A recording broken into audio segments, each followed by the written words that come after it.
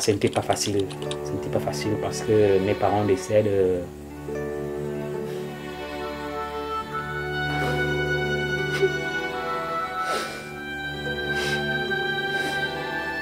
Mes parents. Aujourd'hui, je vous amène à la découverte de l'histoire d'Armel. Armel Ngom, de son vrai nom, est un jeune Gabonais qui lutte contre un cancer du côlon depuis bientôt 2 ans. Il a subi une ablation du gros intestin, il a connu plusieurs opérations très lourdes et sans compter les différentes chimiothérapies. Le but de cette vidéo est double. D'abord, sensibiliser autour du cancer, des différents cancers, dire qu'en réalité les cancers n'atteignent pas que les vieux. Non, même les jeunes sont désormais frappés de cancer. Nous devons désormais faire attention à nos habitudes alimentaires. Nous devons apprendre à manger correctement, à consommer des produits naturels au maximum. La deuxième mission, c'est donc de pouvoir participer à cette cagnotte pour soutenir Armel, parce que figurez-vous que depuis plusieurs années déjà, ça fait 2 ans qu'il lutte contre ce cancer. Il est seul, il n'a pas de soutien. Il essaie tant bien que mal de se débrouiller avec des aides ça et là. Et donc ce serait une bonne chose de lui apporter votre aide. Je vous laisserai toutes les informations en description pour que vous puissiez soutenir en apportant quelque chose, que ce soit financièrement ou matériellement. Armel a aussi besoin du travail parce qu'il est en train de lutter, gloire à Dieu. On prie que tout se passe bien pour lui afin qu'il sorte de cette situation pour qu'il puisse regagner une vie normale, peut-être plus normale comme avant, parce qu'il a subi une ablation du gros intestin comme vous allez le découvrir par la suite, mais qu'il puisse au moins avoir une vie, un travail et un revenu, voilà, pour assumer, c'est-à-dire avoir la possibilité de travailler, de se marier et de fonder une famille. À travers cette vidéo, j'aimerais tous nous sensibiliser sur l'urgence de comprendre que les cancers sont dus à nos habitudes de consommation, à des activités que nous faisons au quotidien et surtout à la qualité des aliments que nous consommons. En fait, si on ne consomme pas des aliments naturels, il est fort probable qu'on puisse souffrir d'un cancer ou à une affection de type cancérigène. C'est pourquoi il est important de manger naturel au maximum et surtout de prendre soin de soi.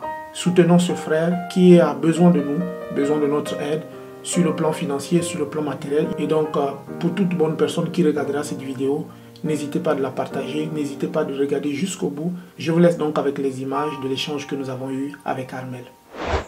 Bonjour, moi c'est Armel Ngom, Gabonais de 37 ans. Je suis diplômé d'un Master 2 en sociologie du travail, spécialiste des questions portant sur l'innovation technologique dans l'administration publique et privée. En ce moment, je suis en train de lutter contre un cancer du rectum. Ça fait pratiquement plus d'un an que je suis dans ce combat. Le cancer que je suis en train de traiter en ce moment, il avait commencé par des hémorroïdes internes. On a beau soigner à l'indigénat avec des médicaments qui m'avaient été prescrits. Ça n'allait pas, je saignais énormément quand je faisais la selle. Et au bout de quelques temps, je n'arrivais plus à aller, voilà, à faire des besoins. Et après des examens, notamment la coloscopie et autres, il a été découvert que c'est un cancer du rectum. Et ensuite, on m'a envoyé à l'Institut de cancérologie, la Kanda, auprès d'un médecin, Dr Nzamba, qui me suit très bien par la grâce de Dieu. Voilà comment tout a commencé, si je peux le dire ainsi. Oui, pour ma part, j'estime que ça pouvait être évité parce que quand ça avait commencé, j'avoue que je n'avais pas vite consulté un médecin. Pour moi, je me disais que quand j'avais constaté la présence du sang dans mes selles, je me disais que bon, c'est quelque chose qui allait passer, mais entre-temps, le mal ne faisait que s'empirer. Et d'après mes recherches, j'ai découvert que l'un des cancers qui évolue très vite, le cancer du côlon en fait partie. Et le temps de prendre conscience de cela, la tumeur s'était déjà formée, j'étais déjà en train de faire une occlusion intestinale, un ballonnement de ventre, je ne faisais plus la selle et voilà quoi. Donc les choses étaient allaient tellement vite. Donc quand j'avais voulu soigner les hémorroïdes, en fait, quand j'avais su que c'était les hémorroïdes, entre-temps, c'était même plus au stade des hémorroïdes, c'était déjà transformé en une tumeur cancérigène. Bon, ce qui concerne ce qui aurait pu causer cela, bon, vous savez, quand vous souffrez d'une maladie, on a cette curiosité, aller voir un peu les causes. Voilà, j'ai essayé de faire des recherches en ce qui concerne les hémorroïdes. J'ai découvert que les hémorroïdes, on peut les avoir en mangeant trop épicé, en mangeant trop de piment. Chose qui ne sont pas dans mes habitudes culinaires, c'est-à-dire manger trop épicé et trop de piment. Et ensuite, j'avais aussi découvert que les hémorroïdes, on peut les avoir en soulevant des poids et je me suis rendu compte qu'effectivement, avant que ça ne commence, on avait un problème d'eau à la maison. Donc, pour avoir de l'eau, on était obligé d'aller à une certaine distance, parcourir une certaine distance pour puiser de l'eau. Et à chaque fois, il fallait soulever des poids quand même, voilà. Donc, j'ai découvert que c'est quand on soulève, on fait aussi trop d'efforts physiques. Ça pouvait aussi causer des hémorroïdes. Et j'avais directement fait le lien entre la période où ça avait commencé et la période où je faisais ces efforts physiques. Et je suis arrivé à la conclusion selon laquelle ces hémorroïdes avaient été causés par les efforts physiques. À un certain moment, j'avais consulté un médecin au niveau d'El Rafa. Il m'avait prescrit de faire la coloscopie.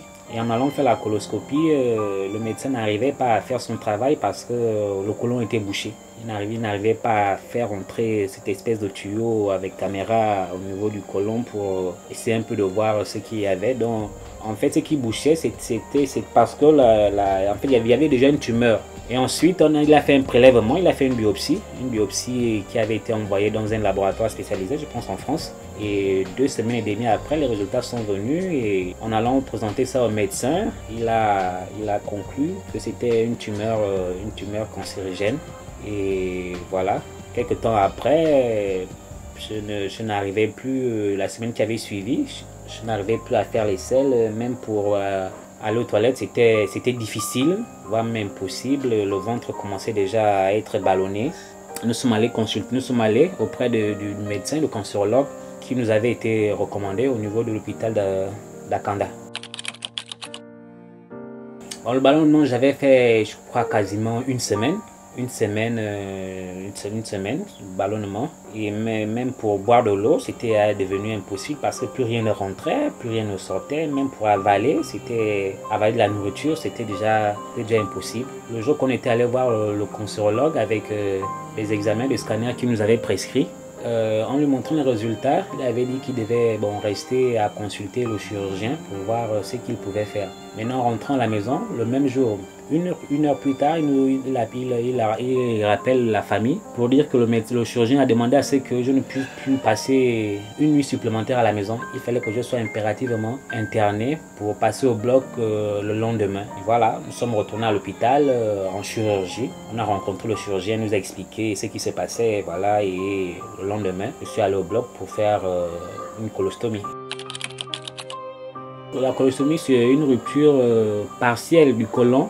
Une rupture partielle du côlon, pas totalement. Et ensuite, on te met une poche sur le côté droit ou gauche, ça dépend de l'emplacement de la tumeur. Et c'est cette poche-là qui permet de soulager le patient, en fait. Le patient qui n'arrive plus à faire les selles de manière normale. Donc, cette poche permet à ce que les selles puissent plus passer ne plus passer par l'anus, mais par la poche. Bon, il explique que le côlon est bouché. Le côlon est bouché par la tumeur. Donc, il fallait impérativement faire cette colostomie pour me soulager premièrement, pour que je puisse faire, pour que le ventre puisse retrouver son volume normal, pour que je puisse faire les selles. Et après cette colostomie, je devais aller retourner encore au service cancérologie pour avoir un programme de chimiothérapie, pour essayer de réduire la masse. Pour une deuxième opération qui consisterait à enlever le reste de la tumeur et faire le rétablissement, c'est-à-dire enlever la poche et remettre le côlon dans son état normal. Une fois après la première opération, je précise parce que j'ai déjà subi 3, s'il faut le dire. Après la première opération, j'ai fait, je pense, 1 mois à la maison avec la poche. Et ensuite, nous sommes retournés chez le cancérologue.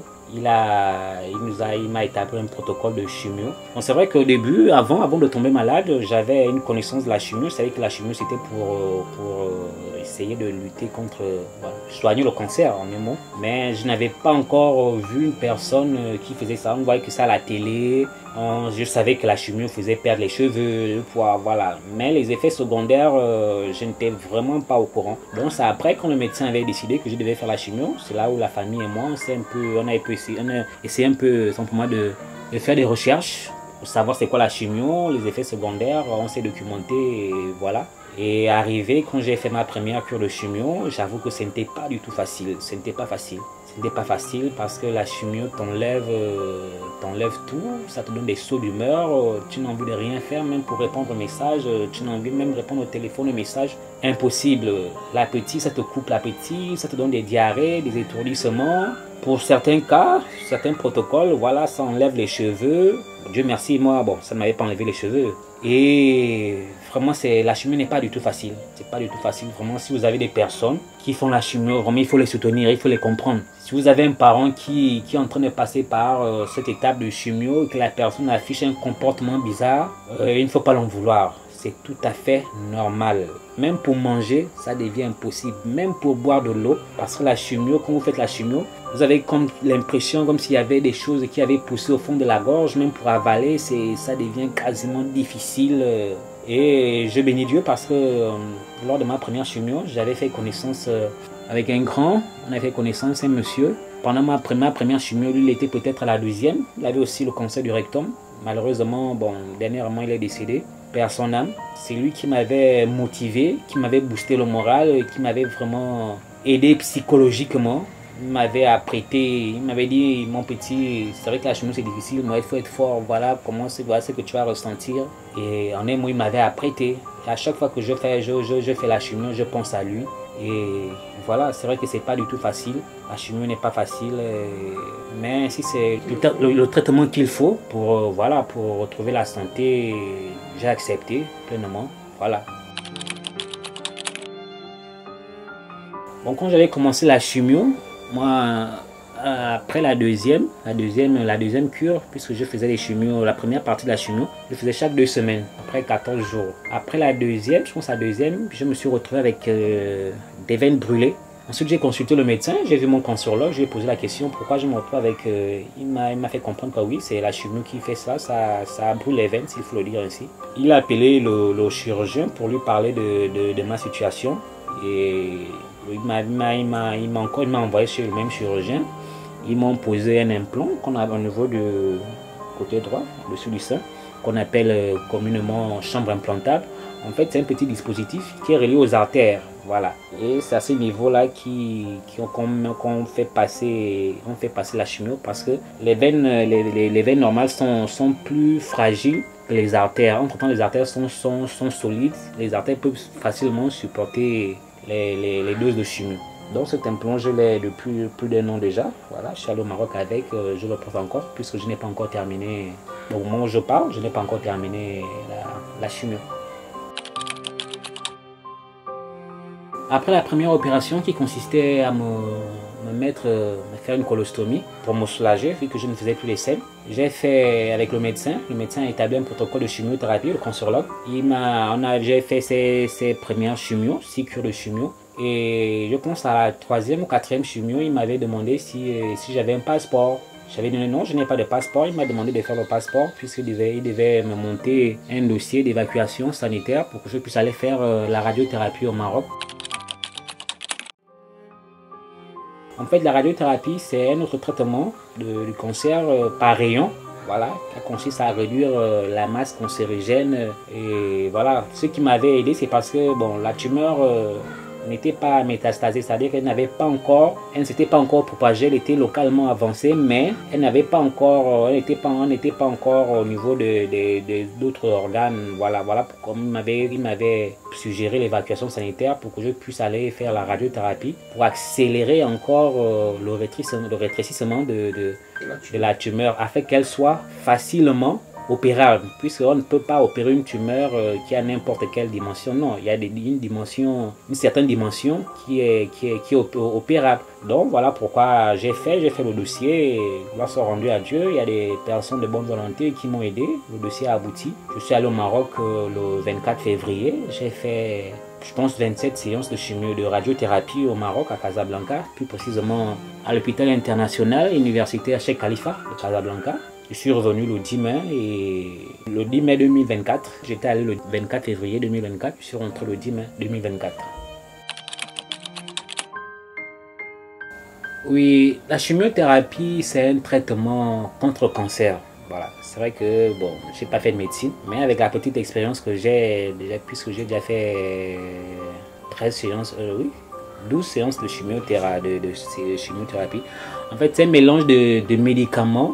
C'est un mélange de médicaments qu'on met dans des glucosés, s'il faut appeler ça ainsi. Voilà, on mélange des médicaments. Et ce sont ces médicaments-là qui vont tuer les cellules cancérigènes.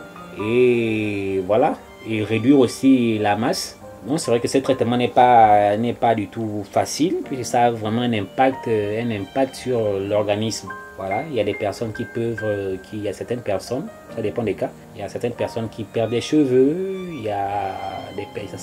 ça peut aussi créer des troubles de mémoire, parce que moi je me rappelle bien, quand j'étais allé au Maroc, j'avais vraiment des troubles de mémoire.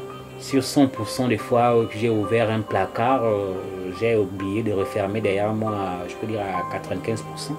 Donc, il y a des effets secondaires de la chimio, mais c'est le traitement, s'il faut dire, pour moi, c'est l'un des traitements qui est suggéré pour traiter le cancer, la chimiothérapie. Donc, comme je disais, c'est un mélange de médicaments, de 5-FU, il y a beaucoup de médicaments, ça dépend des protocoles, ça dépend des types de cancer, voilà. On met ça par veine, par voie veineuse, voilà, et comme je disais tantôt, ça dépend des protocoles. Moi, le mien, je le fais chaque 14 jours en hospitalisation.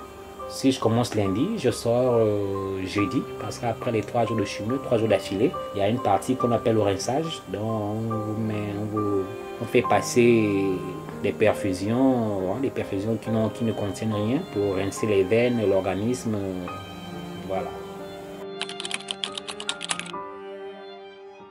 Oui, bon là, pour la radiothérapie, bon honnêtement moi je n'avais jamais entendu parler de ça. C'est après, je pense ma 4e cure de chimio, que le médecin, le cancérologue m'avait suggéré une évacuation sanitaire vers le Maroc pour aller faire la radiothérapie.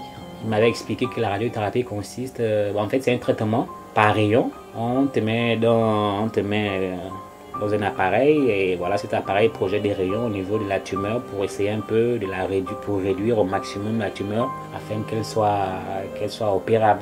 Donc je suis allé au Maroc après les démarches, voilà, démarches que j'ai eu à faire ici. Je suis allé au Maroc le 24 février et une semaine après, voilà, j'ai commencé la radiothérapie. La première fois, c'était, comme j'ai expliqué, on m'a mis dans une espèce de machine, étant allongé, il y avait mon nom, voilà, au niveau des ordinateurs, voilà, les coordonnées où se situait la tumeur au niveau du côlon.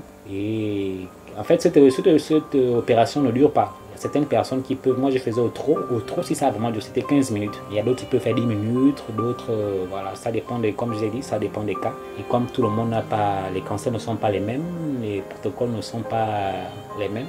Voilà, donc la radiothérapie consiste à tuer la tumeur, à tuer le cancer, mais par rayon. Bon, la première opération, comme je l'ai expliqué tantôt, elle consistait à mettre cette poche pour faire les selles de manière artificielle. Voilà. Donc, quand on m'a opéré premièrement, on m'a placé cette poche pour que je puisse faire les selles, voilà, dans cette poche. Et la tumeur avait été isolée en bas. Et c'est là qu'on devait appliquer la radiothérapie, la chimio.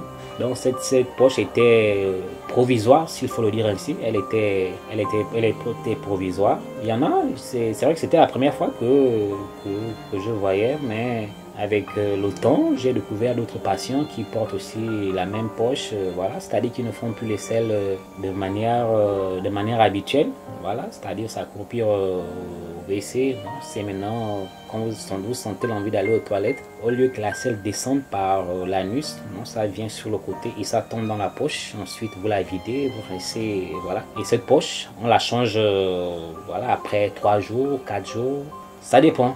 Ça dépend de l'usure. Voilà, ça dépend de l'usure. Quand il fait très chaud, elle se décolle vite, dans 3, 4. Maintenant, il y a certaines circonstances, surtout quand vous habitez dans un endroit où vous êtes dans la climatisation ou bien dans le froid. Voilà, elle ne se décolle pas vite, donc vous pouvez faire une semaine avec la poche.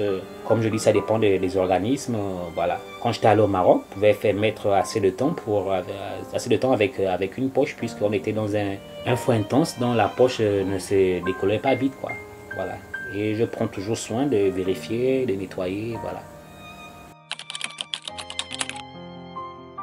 En ce qui concerne les opérations, bon, j'en ai subi 3, mais il y a 2 qui m'ont sérieusement marqué, notamment la première qui consistait à me poser cette poche. Voilà, déjà que moi je ne m'attendais pas à voir cela. Voilà, c'est une opération qui avait duré, je sais pas si 2 ou 3 heures de temps, et quand je m'étais réveillé, je me suis retrouvé avec une poche au niveau du ventre, sur le côté gauche. Voilà, et les temps qui ont suivi, c'est par là que la selle passait. En fait, lors de la première opération, il était question que cette poche soit temporaire. Voilà, c'est-à-dire qu'après la chimio, radiothérapie, je devais encore subir une autre opération pour enlever le reste de la tumeur et refaire le rétablissement. Donc après cette première opération, voilà, j'ai fait la chimio, radiothérapie. Et ensuite, j'ai fait, après au retour du Maroc, le 10 mai, 2 mois plus tard, puisqu'après la radiothérapie, il est toujours conseillé d'observer un certain nombre de semaines avant de faire quoi que ce soit, notamment avant de reprendre les opérations. Voilà, j'ai fait 2 mois de repos. Et après ces 2 mois, j'ai fait la deuxième opération. La deuxième opération en principe consistait à enlever le reste de la tumeur. Voilà, le reste de la tumeur et rétablir le côlon. Mais malheureusement, le médecin m'avait expliqué que c'était difficile, voire impossible, de remettre le côlon en place parce que la tumeur avait pris racine un peu trop bas vers l'anus, peut-être à 3-4 cm de l'anus. Au moins, si c'était un peu plus haut, voilà, le rétablissement devait être fait sans problème. Le médecin me l'a dit, le chirurgien me l'a dit avant de partir au Maroc. Et arrivé au Maroc, l'un des professeurs qui me suivait m'avait aussi dit la même chose. Voilà, m'avait aussi dit la même chose, qu'il serait vraiment compliqué de faire le rétablissement parce que la tumeur a pris racine un peu trop bas. Parce qu'une fois le reste de la tumeur sera enlevé, il y aura forcément des tissus qui vont partir avec. Donc pour faire le rétablissement, ça devait être compliqué, voire impossible, mais qui devait quand même tenter. Et 2 semaines avant l'opération, j'ai encore consulté un autre chirurgien. Il m'a aussi dit la même chose. Qui m'avait été dite avant de partir au Maroc. La même chose qui m'avait été dite au Maroc. Il m'a aussi dit la même chose, voilà. Ça n'a pas du tout été facile d'accepter cela et accepter de vivre avec une poche. Voilà. Et bon, par la grâce de Dieu, le Seigneur m'a donné le courage d'être au-dessus de ça. J'ai accepté et voilà, je suis allé au bloc. Le 23 juillet dernier. Voilà. Gloire soit rendue à Dieu, tout s'est bien passé. C'est vrai que cette opération était vraiment risquée puisqu'il y avait des choses qui pouvaient se passer. Et ça m'avait été expliqué par le chirurgien. Je pouvais perdre la faculté de se mettre en érection. Déjà qu'il était déjà question que je vais rester avec la poche. Il y avait de fortes chances, au moins 90% de rester avec la poche. Il y avait aussi des chances que je sorte là-bas, voilà, étant, comme le langage courant le dit, étant impuissant. Parce qu'il se pourrait que le nerf qui contrôle l'érection, voilà, soit touché. Et si c'était le cas, je devenais impuissant. Et je pouvais aussi mourir parce que c'était quand même une opération assez délicate, compliquée, lourde. Une opération de plus de 6 heures de temps. Elle avait commencé à midi pour terminer au-delà de 18 heures. Donc vous voyez que c'était très compliqué pour moi. Mais gloire soit rendue à Dieu. Tout s'est bien passé. Le chirurgien a sauvé, voilà. Il a enlevé la tumeur. J'ai gardé la poche. Voilà. Et j'ai aussi gardé ma faculté à faire des bébés. Voilà, s'il faut le dire ainsi. Donc c'est ça. Je suis sorti du bloc, voilà. Par la grâce de Dieu, tout s'est bien passé. C'est vrai qu'après l'opération, bon, il était question que je puisse refaire la chimio. une deuxième partie de la chimio pour la chimio de nettoyage, s'il faut l'appeler ainsi. Et cette chimio de nettoyage devait être validée, devait être, comment dirais, être programmée par rapport aux résultats que devraient donner les analyses de la pièce opératoire. Voilà. Mais malheureusement, voilà, la pièce opératoire a été perdue au bloc. Voilà, ce que le chirurgien avait retiré au niveau du côlon, voilà, avait été perdu. En principe, c'est ce qui était censé aller au laboratoire pour déterminer s'il y a lieu de faire les chimio de clôture ou pas. Bon, le médecin m'avait expliqué que c'est vrai qu'ils ont enlevé toute la tumeur, mais pour se rassurer qu'il n'y a pas quelque chose, un petit point cancérogène qui serait resté, voilà, et non visible à l'œil nu, pour se rassurer qu'il n'y a pas. Donc, je fais les chimios de nettoyage. Et voilà quoi. Donc, nous sommes partis sur la base de 6. Au moment où je vous parle, j'ai déjà fait 5. Et lundi 13 janvier, voilà, je suis censé rentrer en hospitalisation pour faire la dernière cure de chimio, tant pour moi, la 6e et la dernière, voilà. Et ensuite, quelques semaines après, faire un scanner de contrôle et voilà. Bon, en matière de coûts, en matière de financement, au début, c'est vrai que j'avais tout dépensé quand je vais faire les premiers examens. Je me rappelle, mon assurance maladie, c'est-à-dire la CNAMGS, était déjà périmée, voilà, avait déjà expiré. Et j'ai dû faire les gros examens, vraiment à mes propres frais. Ça n'a pas été facile. Donc tout ce que j'avais économisé lors des petits boulots, voilà, des cours de soutien, vraiment tout était parti. Tout était parti. Maintenant, la première opération, c'est mon grand frère et sa femme. Voilà, ce sont eux qui ont financé la première opération. Et c'était difficile. J'avoue que le matériel du bloc, il coûte vraiment cher. C'est pas moins de 700 000. C'est qu'ils avaient dépensé rien que pour le matériel du bloc. Voilà. Et là, c'est la première opération. Et les séances de chimio, je bénis Dieu parce que on peut tout dire, hein, mais il y a quand même certaines choses que l'ancien président a quand même mis en place, voilà, qu'il faut louer, notamment le traitement de cancer qui est, s'il faut dire, quasiment gratuit pour des personnes comme moi. Moi, je suis économiquement faible, je ne travaille pas, je suis diplômé, mais je ne travaille pas, je vivais des petits boulots à gauche et à droite. Et s'il fallait payer vraiment cette chimiothérapie, je ne sais pas comment je devais m'en sortir. Parce que l'ordonnance de la chimio, c'est pas... on ne va pas parler en termes de 10 000 ou 15 000, non. Là, on parle des centaines de mille. Je me rappelle, la première ordonnance de la chimiothérapie, elle était à plus de 600 000. Voilà. Donc, s'il faut dépenser au moins 500 000 chaque 2 semaines, c'est un peu compliqué. Donc, j'ai béni Dieu parce que mon statut social et économique moins faible me permet de suivre ce traitement de chimiothérapie, voilà, de manière gratuite. La seule chose que je paye, ce n'est que les frais d'hospitalisation, qui ne sont pas grand-chose, quoi. Au maximum 12 000, 15 000, voilà. Donc, le traitement est gratuit, les médicaments sont gratuits, voilà. Maintenant, la deuxième opération, était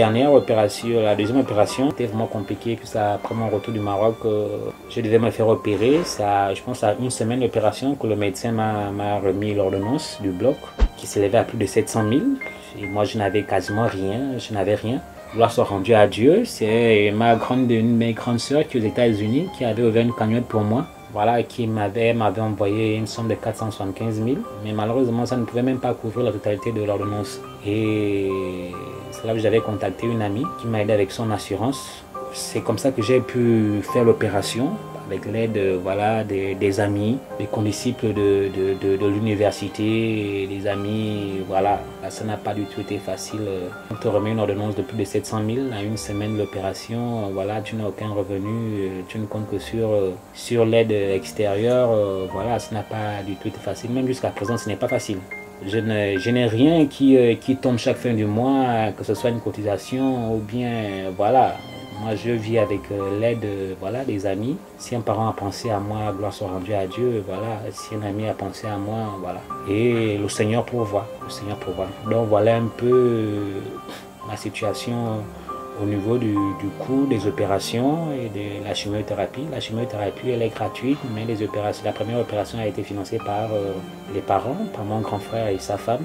La deuxième a été financée grâce à l'aide d'une amie et le peu d'argent que la grande sœur aux États-Unis m'avait envoyé, puisqu'elle avait ouvert une cagnotte pour moi. Ce sont ses frères et sœurs, ses amis, voilà, qui donnaient un peu, voilà, avec ce qu'elle-même aussi avait ajouté. Donc ce qui était resté, 475 000 qui m'avait envoyé, voilà, avec une sœur, voilà, une sœur de l'église aussi qui m'avait aussi donné une enveloppe pour me soutenir. Et même le passeport que j'ai eu à faire, on allait au Maroc, voilà. On allait au Maroc, c'est une sœur en Christ qui vit en France qui m'avait envoyé 50 000 pour faire ce passeport-là. La grâce, c'est parce que moi, avant que quand ça avait commencé, moi j'ai tout remis au Seigneur, quoi. Voilà, je me suis dit au Seigneur pour voir, peu importe la situation qui va se présenter, je vais la surmonter. Le Seigneur prendra soin. Voilà. Oui, quand j'ai tombé malade, bon, moi je m'attendais même pas, à ça. Hein.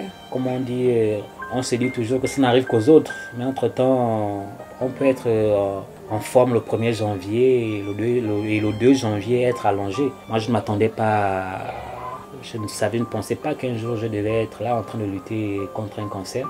Donc, il y a des belles expériences, il y a des choses que j'ai vécues durant cette aventure. Voilà, des choses qui m'ont amené à voir la vie autrement, quoi. Notamment au niveau de l'opération, des opérations de la chimio, l'Institut de cancérologie d'Akanda. Voir comment des gens meurent comme si rien n'était à côté de toi, une fois, 2 fois, 3 fois. Là, je ne vais pas dire 10, je ne vais pas dire 50. Là, je ne peux même plus compter le nombre de personnes qui sont mortes. Le nombre de personnes avec qui j'en ai partagé la chambre et qui sont décédées devant moi. Je ne peux plus compter le nombre de personnes que j'ai connues à l'Institut de cancérologie qui combattaient aussi pour le cancer qui sont décédées. Et même au Maroc, il y a des compatriotes avec qui on était allé au Maroc. Il y a d'autres qui sont venus au Maroc après moi. On a fait connaissance et ils sont revenus, mais après, ils sont décédés. Voilà. Donc, ce sont des expériences qui m'ont amené à voir la vie autrement, quoi. Notamment que ça n'arrive pas aux autres. Tout peut nous arriver. Et l'important, c'est avoir la capacité d'être au-dessus de ça.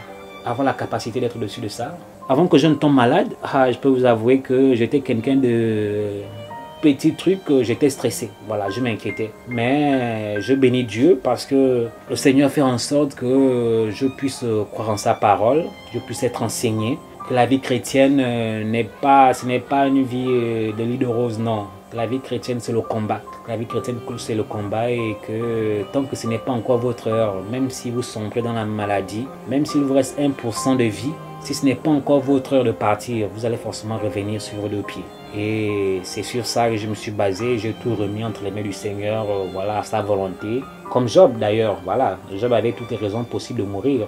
Cette aventure aussi m'a permis de faire des belles rencontres, notamment ici au Gabon, des personnes, des malades aussi, des parents des malades, voilà, qui m'aident en ce moment. Parce que j'avoue que en ce moment, voilà, côté social, c'est pas facile. Je ne travaille pas, je n'ai aucun revenu, je n'ai aucune aide qui m'est une aide garantie, quoi, qui doit venir, voilà, une date précise, non. Si je mange aujourd'hui, c'est parce qu'un ami aurait pensé à moi, c'est parce qu'un parent, voilà, j'ai appelé un parent, je n'ai plus de l'eau, même de l'eau, voilà, même pour boire de l'eau, déjà que je ne bois plus l'eau de robinet, je dois appeler, un ami doit penser à moi, un parent doit penser à moi.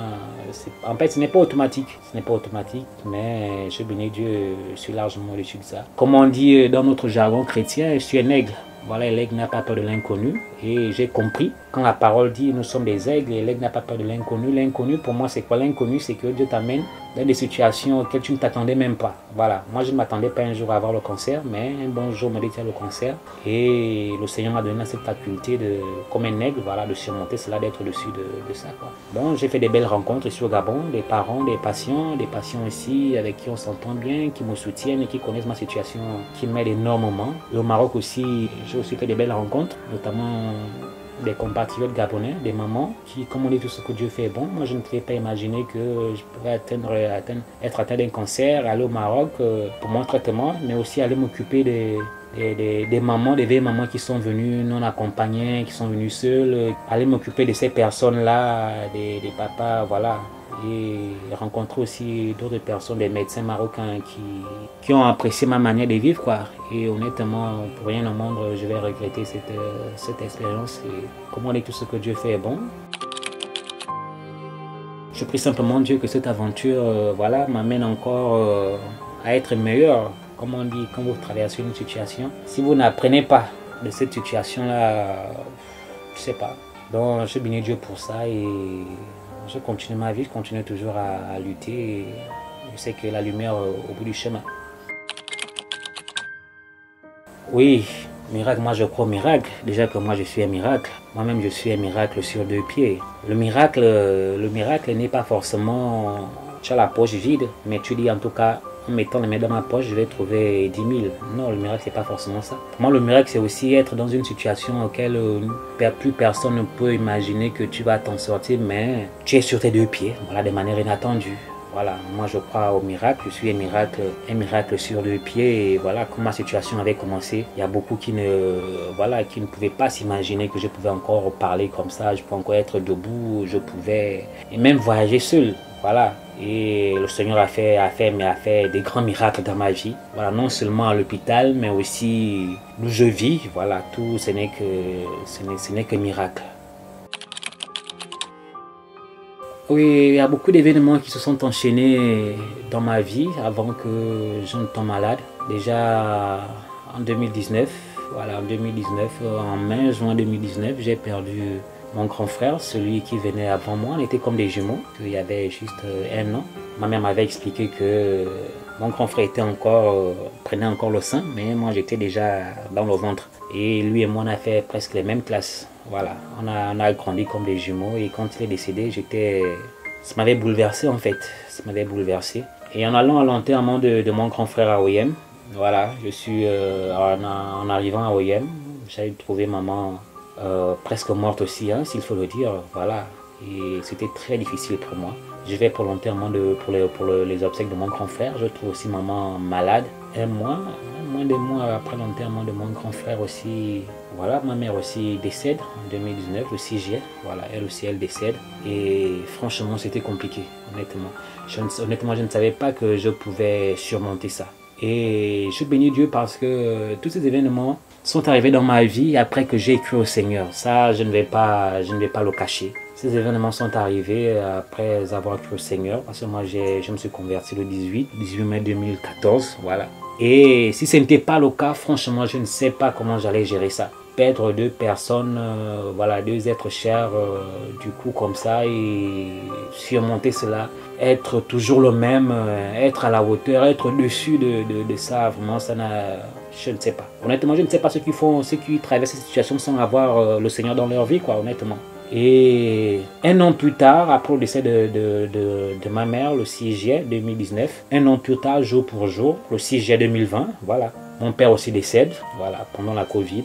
Mon père aussi décède et honnêtement, ce n'était pas facile. Ce n'était pas facile parce que mes parents décèdent.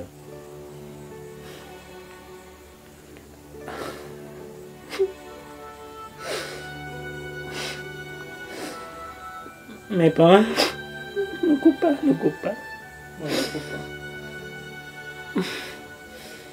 Mes parents décèdent avant que je ne termine les études, alors que c'était, s'il faut le dire, l'un de leurs plus grands soins, parce que je sais la position que j'occupais dans le cœur de mes parents. Et je sais que c'était la plus grande chose que ma mère voulait voir comment je termine les études. Et mon père aussi attendait ça. Et malheureusement, ils sont décédés en 2019 et 2020. Et moi, j'ai soutenu en 2021. Et honnêtement, ça m'avait marqué, dire que je termine mes études universitaires sans que mes parents ne soient derrière moi pendant la soutenance. C'est d'autres personnes qui étaient là pour venir me soutenir. D'autres parents que le Seigneur m'a donné avec mes étudiants que j'ai encadrés à l'université. Honnêtement, ça n'a pas été facile. Et plus tard encore, je tombe malade d'un cancer. C'est-à-dire que je traverse tous ces événements sans que mes parents ne soient là. Et honnêtement, c'est pas facile. C'est pas facile. Comme je l'ai dit tout à l'heure, vraiment ceux qui n'ont pas le Seigneur dans leur vie, je ne sais pas comment ils font pour vivre ces événements, quoi. Parce que je sais que c'est le Seigneur qui me donne la force de surmonter tout cela. Voilà, quoi, d'être toujours le même. Et donner même encore de mon énergie, le peu d'énergie que j'ai dans cette épreuve, de donner encore ça à d'autres personnes. Voilà. Et pour cela, je bénis Dieu. Pour rien au monde, je n'avais regretté d'être chrétien. Pas chrétien de nom, mais chrétien de vie. Quelqu'un qui a expérimenté Christ dans sa vie, dans tous les domaines. Et pour rien au monde, je ne voudrais échanger cela contre autre chose, quoi. Donc, c'est un peu difficile. Vraiment, ça n'a pas été facile même jusqu'à présent. Parce qu'il n'y a pas un jour qui est passé sans que je ne pense à mes parents, dire que je traverse cette situation sans que mes parents ne soient là. Et lors de la dernière opération, ma petite soeur qui venait après moi, elle a fait un voyage, elle a quitté OIM pour venir prendre soin de moi. Voilà, lors de la dernière opération. Elle a vu comment le Seigneur prend soin, elle a vu comment le Seigneur se manifeste dans ma vie en tout et pour tout. Mais malheureusement, après l'opération, une semaine après la rentrée, elle est retournée à OIM, elle est tombée malade, elle est décédée. Et honnêtement, jusqu'à présent, je n'ai pas encore digéré ce choc. Déjà que quand elle m'avait laissé, quand elle était retournée à OIM, elle m'avait laissé, j'avais encore la sonde urinaire. Mais il était impérativement qu'elle retourne parce que voilà, elle avait aussi sa vie, elle avait des enfants qu'elle devait inscrire à l'école. Paix à son âme. Et voilà, elle m'a laissé. Je suis toujours en train de lutter. Jusqu'à présent, je suis seul. Voilà. Mais le Seigneur fait grâce. Il me donne la force de surmonter cela, de prendre soin de moi. Et il a aussi mis des personnes spéciales à mes côtés qui sont dans l'ombre, voilà, qui m'aident énormément, qui ne sont pas là. Voilà, c'est vrai que chez moi, ici, voilà, d'où je loue la chambre, je suis avec des personnes, voilà. Et c'est un peu ça, quoi. Moi, je bénis le Seigneur pour ça et je bénis le Seigneur pour la capacité, la force qu'il me donne de surmonter tous ces événements, d'être toujours égal à moi-même. Voilà, quoi. Voilà, nous sommes arrivés au terme de ce petit interview, voilà, qui porte sur mon aventure, sur la lutte du cancer du côlon. Je sollicite vraiment de l'aide parce que ce que je vis en ce moment, ce n'est vraiment pas facile. Voilà, je passe des moments très difficiles. Non seulement lutter contre le cancer, mais en le faisant dans une situation de précarité. Voilà. Je suis un diplômé, j'ai un master 2 en sociologie comme je l'ai dit au début, mais je suis au chômage, voilà, et je sollicite vraiment de l'aide. S'il y a des gens de bonne volonté qui peuvent bien m'aider, pas forcément de manière financière, quoi, ça a de l'argent, mais s'il y a une personne qui peut me trouver du travail, voilà, ça va beaucoup m'aider. Comme un proverbe chinois pouvait dire qu'au lieu de donner l'enfant du poisson, mais il faut plutôt apprendre comment pêcher. Voilà. S'il y a des personnes qui peuvent m'aider financièrement, ce sera la bienvenue puisque voilà, je n'ai aucun revenu. Maintenant, s'il y a aussi d'autres personnes qui peuvent m'aider à trouver du travail dans une administration privée ou publique, voilà, dans une entreprise. Voilà, j'ai quand même un niveau universitaire, j'ai des diplômes. Je sais manipuler l'outil informatique. Voilà, l'informatique, c'est l'une de mes passions. Et je connais aussi les réseaux sociaux. Donc s'il y a des personnes qui peuvent bien m'aider dans ce sens-là pour que je puisse me prendre en charge, ça va beaucoup m'aider. Et avec la solitude, qui sait, peut-être que ça peut aussi m'aider. Ça peut aussi m'aider à avoir une personne à mes côtés. Voilà, à me marier, avoir une personne à mes côtés qui va m'aider dans cette lutte. Parce que ma vie a changé. Voilà, il y a des choses qui ont changé dans ma vie, notamment l'approche que je gère. Je ne fais plus les sols de manière normale. Voilà, je fais déjà les sols par une poche. Et il y a une certaine hygiène de vie qui m'est déjà imposée. Voilà, donc il me faut vraiment avoir un endroit qui a des conditions d'hygiène quand même assez appropriées par rapport à ma situation, par rapport à ce que je traverse en ce moment. Voilà. Donc vraiment je sollicite de l'aide des bonnes personnes. La famille ne peut pas tout faire, la famille a déjà fait ce qu'elle pouvait faire. Voilà, mes frères et sœurs, voilà, la majorité ne travaille pas, on se débrouille. Voilà. Et s'il y a des personnes qui peuvent m'aider, voilà, vraiment je sollicite de l'aide. De toutes les façons, vous allez trouver les coordonnées dans la description de la vidéo, voilà, par les coordonnées de la personne qui produit cette vidéo. Voilà, c'est un frère à moi qui a bien voulu me filmer pour que je puisse toucher un grand nombre de personnes pour que ma situation puisse aussi apporter servir de témoignage à un certain nombre de personnes. Aussi, s'il y a des personnes qui veulent me contacter, qui veulent rentrer en contact direct avec moi, il y a des numéros qui seront mis en bas de la vidéo. Il y a peut-être qu'il y a aussi d'autres personnes qui traversent la même situation que moi, qui voudraient qu'on discute, ou bien il y a des personnes qui ont des parents qui traversent la même situation, une situation similaire et qui voudraient me rencontrer afin que je puisse discuter avec ces personnes-là. Moi, ça ne me dérange pas. Je suis ouvert à tout le monde. Déjà que je suis en train de faire ici à Kanda. Et même au Maroc, je l'ai fait. Donc, n'hésitez surtout pas à me contacter. Et comme je l'ai si bien dit, j'ai vraiment besoin de l'aide. J'ai besoin de l'aide. S'il y a une personne qui peut m'aider à trouver du travail, et s'il y a une personne qui peut m'aider financièrement, vraiment que le Seigneur vous bénisse d'avance. Merci.